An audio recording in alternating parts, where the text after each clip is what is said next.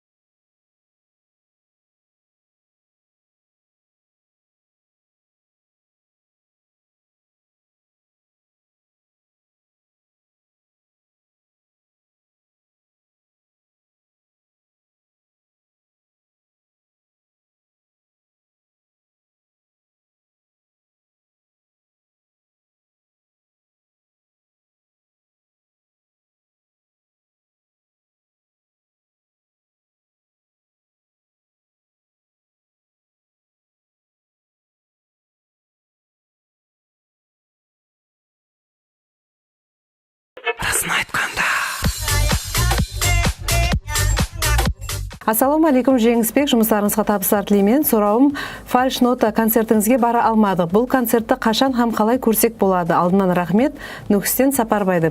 Өзін таныстырып өткен екен. Фальш нота концертіміз әлбетте 15 декабрьде болып өткен болса, 2019 жылы. Енді Құда қаласа қазір мантта жұмыстар алып барылмақта.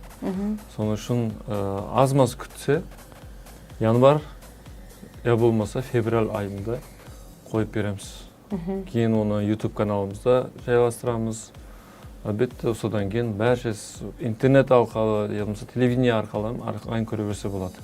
Және бір тыңлаушымыздан сұрау жеткелді. Ассаламу алейкум, Нүкіс ФМ басылаушылары, жұмыстар менен Қарман. Мен Нүкістен Камил мен Жеңісбек ағаға сұрауым бар еді.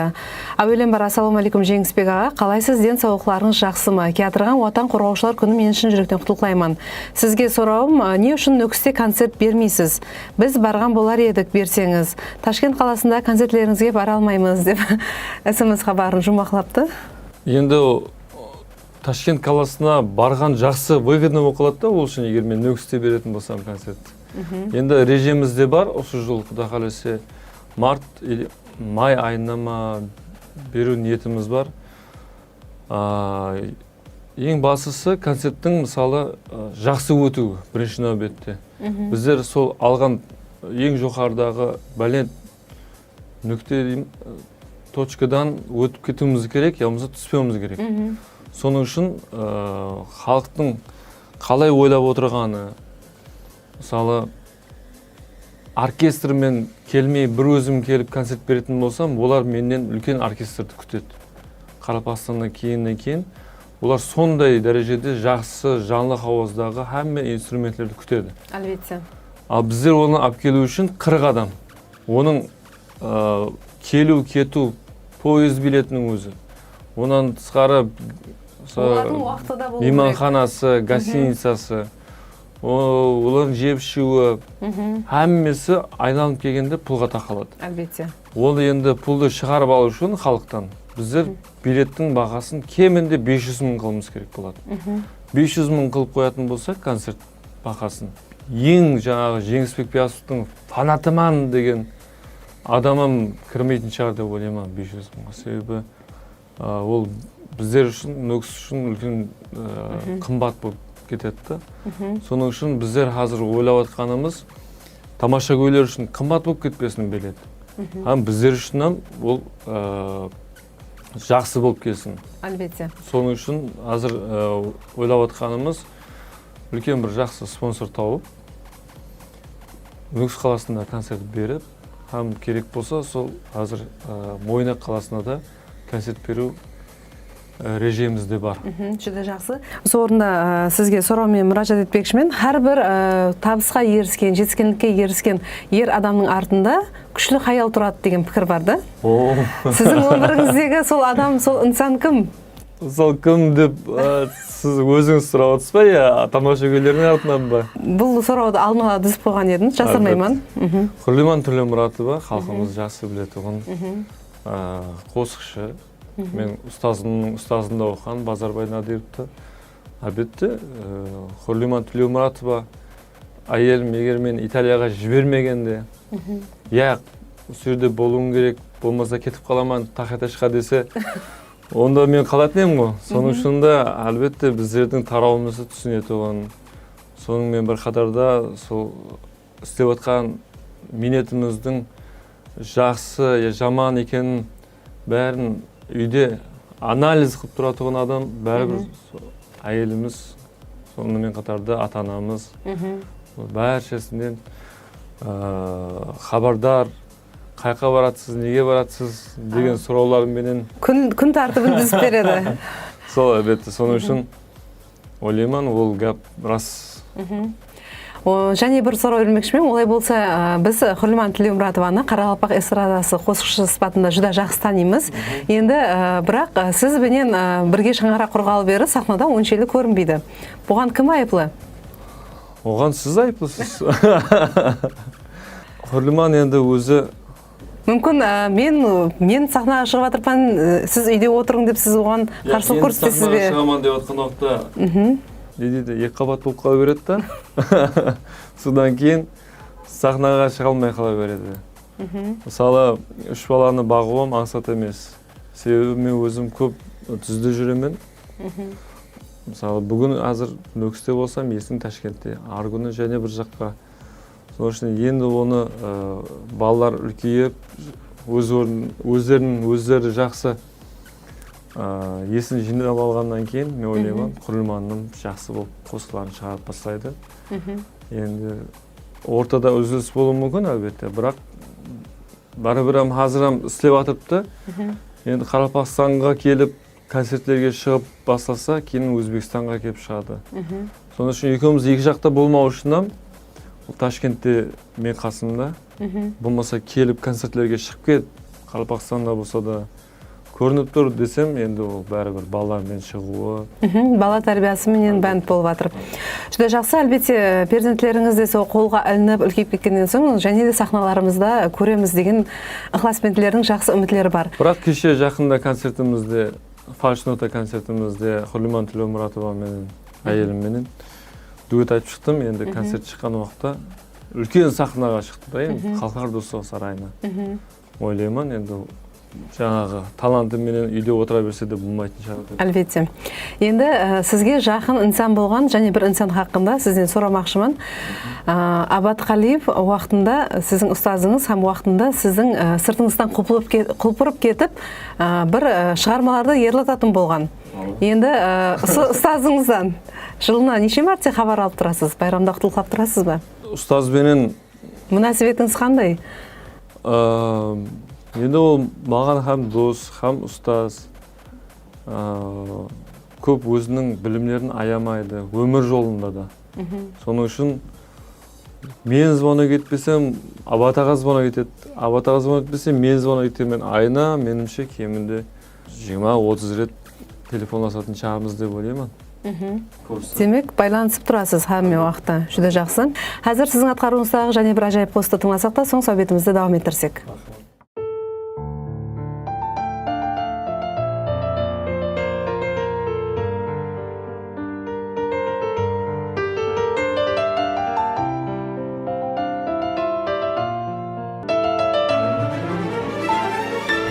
Сөз білін біз макан қылған бұл топырақта бәрі де бар. Егін ексе өрре тұрған шөптерінде дәрі де бар. Тегін емес ана топырақ біз алмайды адам деген. Терем тамыр ұрғандырақ, терем тамыр ұрғандырақ, ватан деген, ватан деген.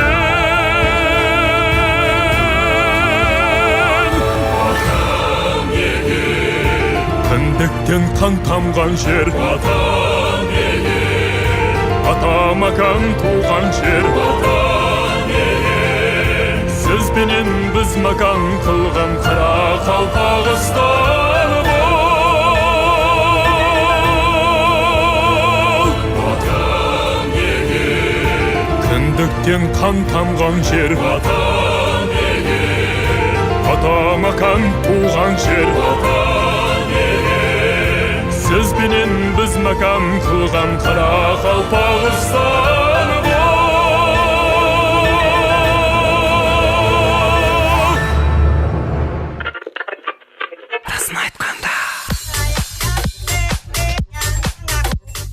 Біз білеміз, және сіз Өзбекстан каналдарының бірінде басылушы сыпатында да жұмыс алып барғансыз.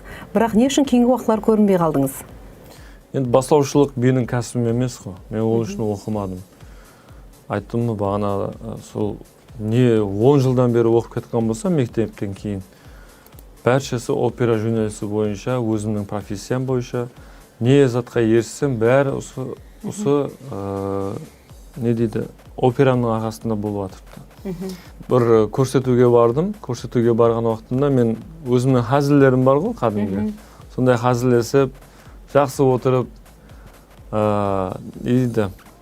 астарлы гәплеріммен түсіндіріп отырсам, сіз бізге керексіз, MTV Show деген көрсетуіміз бар, соған шақырсақ. Бірақ оған әзірше 10 адам болып тұрады. Одан егер жақсы болмаса, не болмаса, алып тастаймыз. Ақырында 4 адам қалу керек деді да. Сол бірінші ұшып кететін шығарман деп ойлап едім. Яқ, бір қарасам, Иззат ака Ходжа группасының солисті шығып кетті.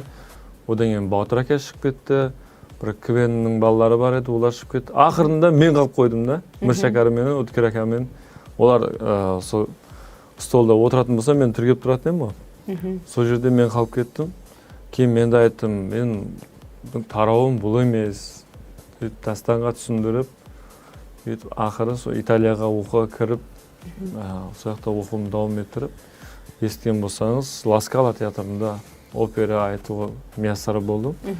Ол әлбетте менің бір үлкен арманым еді. Соған ерістім. Әлбетте, бұл табысыңызбен сізді құттықтаймыз. Һәм бұнан да үлкен жетістіктерге ерсе беруіңізге тілектеспіз. Бізге тыңлаушымыз сұрау жолдаған екен, сұрау десек те болады, ямаса өтініш. Ассалаумағалейкум, Жеңісбек, қалайсыз? Хауазыңыз сөнбесін, кішкене өтінішім. Шет тілінде жаңыл хауазда қосық атқарып берсеңіз деп бізге сондай сұрау жолдаған. Шет тілінде деп отыр ма? Айтсам екен, опера айтсам екен, кәдімгі қосыларда айтсам екен. Өзіңізге мақұл болған қосық атқарсаңыз болады. And now the end is near, and so I face the final curtain. My friend, I see it clear. I step my case, which I'm certain. I've lived a life so full, and trouble each and every highway, and more, much more than this. I did it my way. Yes, several times I sure knew when I bit off more than I could chew. but to the tolls when the up. When I beat up and speed it up, the record shows I take the blows and did it my way. Лапызыңыз бұнан да балент болсын дейміз. Рахмет. Тыңлаушымыз бір емес, 3 мәрте бір сұрауды жолаған екен. Мен Нүкістен Айка, Жеңісбек аға, қалайсыз? Жаңа жылдарыңызбенен жұмыстарыңызға табыс. Нүкіске қашан концерт бересіз? Һәм жаңа жылда дүрөтушілік жұмыстарыңызда қандай ережелеріңіз бар? 2020 жылға қандай ереже түзгенсіз? 2020 жылға айтқанымда жаңа Оман қаласына мемлекетіне барамыз. Одан шығып Қытайда концерт беру ниетіміз бар. Китайдың Пекин, Шанхай қалаларында. Одан сықары Қарақалпақстанға келіп концерт беру ниетіміз бар. Қазір ойласық кетіп атыпты. Себебі бағана айтқанымдай, әрбір концерттің өзінің финансовый проблемасы болады, қаржет жағынан. Оның 40 адамның келіп кетуіне кім жауапкер, пұл жағынан жәрдем бере ма, спонсорский дейді ғой. Солардың бәрін ойлаған қалда, ешкімге зиянымыз тимеген қалда концерт бере алатын болсақ, оған біздер міне Жеңісбек кел осындай қылып концертіңді бер, қалған жағын бәрін өздеріміз көтереміз дейтін болса, әлбетте концерт қою бұл үлкен проблема емес. Одан сықары мен айта жағын, мен Нүкіске келетін болсам концертке, оған ешқандай гонорар сұрамаймын. Бірінші нәубетте. Осы Ташкентке барып көре алмаған адамларға Нүкіске келіп концерт береміз. Енді айтып отқаным, тек қана бұл жерде оркестр емес та, онымен қосылып звук келу керек, микрофонлар келу керек. Біздерде мысалы әмме тойдағы микрофон жинасаған бұл оркестрге жетпейді. Оның өздерінің микрофонлары бар. Скрипка үшін, контрабас үшін, ударник үшін. Соның үшін бұлар бәршесі келу үшін, менімше 2 вагон біздер үшін ажыратылу керек. Оның бәрі ансатлықпен болғанда мен қашан концерт беретінім. Я болмаса фонограмма арқалы, минусовкаменен... Өзіңізде қиялыңыздан өткергенсіз? Әлбетте. Минусовкамен айтатын болсақ, олар неге оркестр келмеді деп біздерден сұрайды да. Олар қанша пұл төлеп келдік. Біздердің билетіміз ол 50 мың емес, одан 3 есе 4 есе қымбат болады. Егер ондай дәрежеде адамдар кіре алмайтын болса, біздер үшін мысалы ол қалай айтсақ, невыгодно, да? Соның үшін Ташкентке барып көре бергенім мақұл ма бір жағынан деп қоямын. Осы орында және бір сұраумен мұражат етпекшімен, критика, сын пікір білдіргенге ашуланасыз ба? Ашулана ма? Кім ашуланбайды? Қалай қабылдайсыз? Критиканың өзі әлбетте керек зат. Мысалы Жеңісбек анандай болып кетті, мынандай болып кетті, ямысы өзгеріп кетіпті дейді. Мысалы, кім біледі өзінің қате қылып атқанын дұрыс қылып атпаған деп ойлайды. Сондай оқылар критика болып қалса, бұл бізді тура жолға салады. Ешқашан мен критикаға жаман болмағанмын, бірақ енді көбінесе мақтаған жақсы көре беремін. Критикаға қарағанда. Расын айтқанда. Енді біздерде қазір осы радиода жалын эфирде отырғанымыздан пайдаланып, Мойнақтан Қоңыратқа кетіп баратқан жолаушыларымыз бар. Бәршесіне үлкен бір сәлем айтқым келіп тұрыпты. Ақ жол тілейміз. Нүкіске тез-тез жетіп келсін, талмасын, шаршамасын. Солардың атынан бір қосық айтып берсем қалай болады? Жүді жақсы. Сәл алдынан пластикке өткізіп берген екен да. Мархамат, әлбетте тыңлаушыларымыздың көпшілігі сізден жанлы хауазда қосық атқарып беруді өтініш етіп жатырды. Айдынлар қосығын қазір музыкалық базамызда ізлеп тауып қойып беруге харекет етеміз. Айдынлар қосығын сіздер үшін аз-маз айтып беремін. Себебі бұл қосық біз классикамыз, Қарақалпақ классикасына кіргіздік десек болады. Себебі симфонийский оркестрменен айтқаннан кейін бұл қосық өзіне жарасықлы болды десем болады. Одан дейін аз-маз жеңіл-желпі болып жүрді. Бірақ бұл қосықты қазір көпшілік жерлерге барып беймәлел айтсақ болады. Содан аз-маз бір куплет айтып беремін. Егер сізде болса, сол қосықты қойып беріңіз сұратын етем. Еслеп сені үйден шықтым далаға, Әсте келдім теңіз бойын жағалап, күн батса да тынбай ұшар шағала. Яр көрінбес алысларға қарасам, күн батса да тынбай ұшар шақ-шақ шағала. Яр көрінбес алысларға қарасам. Оу, айдынлар, айдынлар, шалқар айдынлар, бізден сәуір ярға сәлем айтыңлар. Толқынлар ярымды алып қайтыңлар, яр көрінбес алысларға қарасам. Лапызыңыз бұнан да балет болсын дейміз. Һәм сізге сұрау бермекшімен, сахналарда әлбетте опера жанрында бұрынлары опера қосықшыларын көргенімізде бір ішіміз пісіп, бір қосық, бір ақырына ешкім көрмей адамдар басқа каналға өзгертетін еді. Бірақ сізде сондай артистизм бар, сол қосықты бір кәміне келтіріп, шеберлікпен атқарып шығып, адамдарды экран алдында ұстап тұрасыз. Енді сізді киноға мұрат етіп көрді ме? Яки болмаса киноға мұрат еткенде түсетін бе едіңіз? Киноға мұрат еткенде түсетін едім. Енді жігіт кісіге 40 өнер аз дегендей, енді бұл Жеңісбек анағанан барды, мұнағанан барды. Сол барған жерінде құсамайды, ойбу өзінің операсын айтып жүрсе болады ғой деген зат болған жоқ қазіргеше. Көз тимесін, әрбір затымды, әрбір істеген ісімді жүректен қыламын. Соның үшін ол халыққа жаға береді. Мысалы, мен кім біліпті мені ведущий болып, сол MTV шоуда шығатын. Сол жерде күлдіре ала ма, я күлдіре алмай ма? Бұл жерде әлбетте әммесінде терең ой, білім жатады. Әмме қазілдің астында, сөйлеген уақытта, жылаған уақытта, әрбір қосықтың ішінде адамның көрген заты, білген затын айтатын болса, әлбетте ол жанлы сол адамдарға жетіп барады. Мен ойлаймын, әрбір зат сөйлеген уақытта да, болмаса айтқан уақытта да, сол заттың бәршесін көрген, білген адамға әлбетте бұл басқаша келеді. Соларды көргеннен кейін мен ойлаймын, бұл зат табиғи болып жетіп баратын шығар. Бірақ егер жаңағыдай киноға шақырып ойнайсыз ба десе, ойнаймын.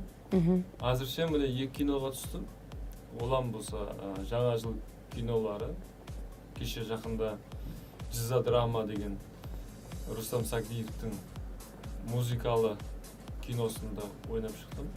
Меніңше жақсы болды. Әмеге ұнады. Жүді жақсы, бізге тыңлаушымыз тек қана Жеңісбек Пиязовқа аумет табыс тілеймен, еледе сахнамыздың төрінде елімізді дүнияға танытып жүре берсін дегім келеді. Кейінгі өспей атырған жас әулетқа өрнек болатындай жақсы қосықшы деп сізге пікір білдірген екен. Рахмет. Сол орында және бір жаңалықты айтып өтуіміз керек. Өзбекстанда бірінші болып Нукс қаласында опера мектебі ашылacak, Құда қаласа. Бұл опера мектебі біздер үшін үлкен жетіскенлік. Біз операшылар үшін. Басқа Өзбекстанның басқа vilayatlарында, облыстарында бұндай мектеп ашылған жоқ. Біріншілерден біздерден бұл ашылacak. Ол 4 жылдық мектеп болады, опера мектебі.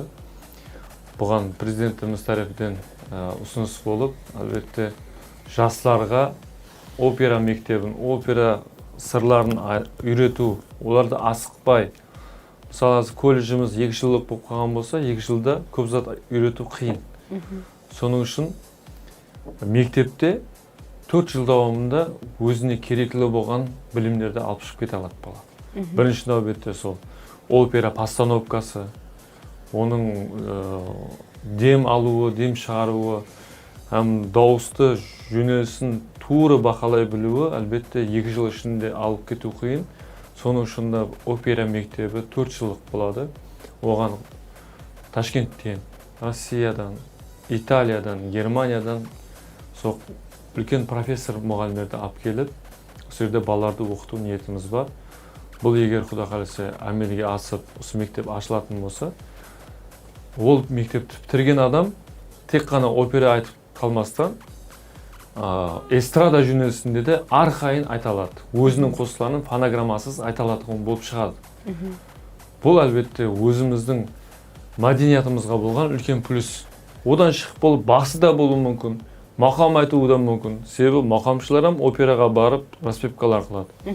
Соның үшін өзіміздің арамызда жүрген Теберсін Рашид Қожасов опера мектебін Абатқалиевті бітірген, эстрада қосығында айтып жүрді.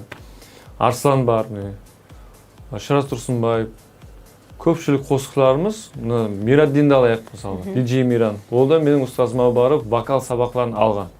Егер солар уақытында алып, азыр жұмыс істегенде, мысалы, үлкен эстрада жұлдызлар, олар жанлы тәрізде қосыларын айтып, концерттерін беріп атқан болады. Жанлы ауазда айту жүдә қиын. Мысалы, 17-18 қосық бір концертте болатын болса, соның 5-еуін асып кетсе, 6-ауын жанлы айта алады, қалған жанның тамағы отырып қалады. Ол бір күннен артық концерт бере алмай қалады.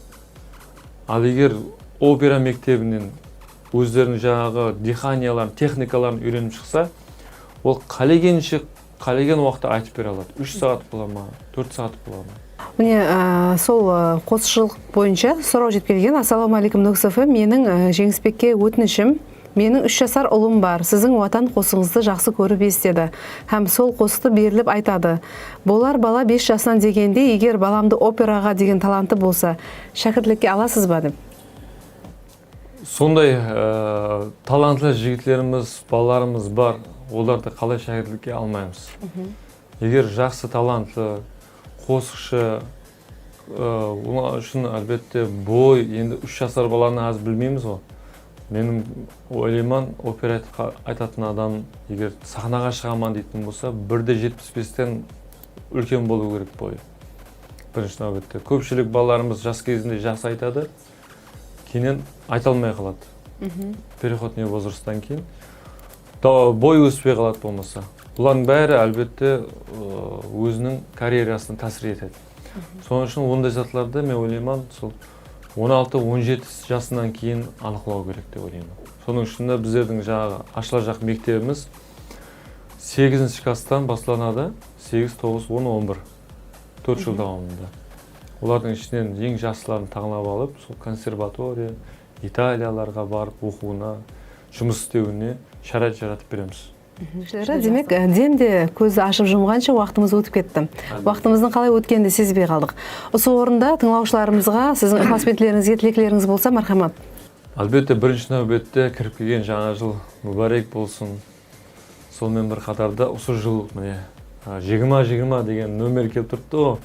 Счастливый номер дейді. Соны осы жыл әршеміздің есімізде қалатығындай жақсы күндері көп болсын. Диханларымыздың мол-мол табыстары болсын. Елімізде тыныштық болсын. Бәрше біздерді естіп отырған, көріп отырған бәрше тамаша көйлерімізге ең жақсы тілектерімді тілеймін. Не арман еткен болса, не арзу еткен болса, бәріне ерсін. Әлбетте, минетінің арқасында. Астен келген зат, ол мысалы өзінің минетімен келген заттың қадірі болады. Соның үшін әрбір затты асықпайық деймін. Әсіресе мұны жастарға. Бірден жұлдыз болып кетуге асықпайық. Жеңісбек Биязбан мысалы қазір аз-маз болса да звезда шығар, жұлдыз шығар. Бірақ ол жұлдызға келемен дегенше қанша рет өсіп жандым мен. Соның үшін бәршеңізге айтатығыным тек қана білімменен, өзіңіздің күшіңізбенен осындай үлкен жетіскерліктерге жетісуіңізді қалаймын. Жүзі жақсы, өз нәубетінде көп санлы ықылас-тілектеріңіздің атынан қала берсе Ноксофм радиосының Жастар ТВ дөретушілік жамағаты атынан сізге мінет-ашылық білдіреміз. Жаңа 2020 жыл сіз үшін ауметілі табыслы жыллардың бірі болсын. Шаңырағыңызға құт берекет, ауызбіршілік, өзіңізге бек кем денсаулық тілейміз. Һәм және де студиямызда күтіп қаламыз. Албетте, бір сааттан аса уақыт Жеңісбек Пиясовпен сөйлестік. Бұл сөйлесіміз сіздерге мақұл болған болса, біз бұндан қуаныштымыз. Қадірлі телетамашагерлер, Жеңісбек Пиясовпен болған сөйлесіміз сізге мақұл болған болса, біз бұндан қуаныштымыз. Расын айтқанда көрсетуінің келесі санында кімді мейман болуын қалайсыз? Албетте, бұны 391-1004 Телеграм тармағындағы номерімізге жазып жіберің. Осымен біз бүгін көрсетуімізді жұмақлаймыз, және эфир арқылы ұшырасқанша сау саламат болың.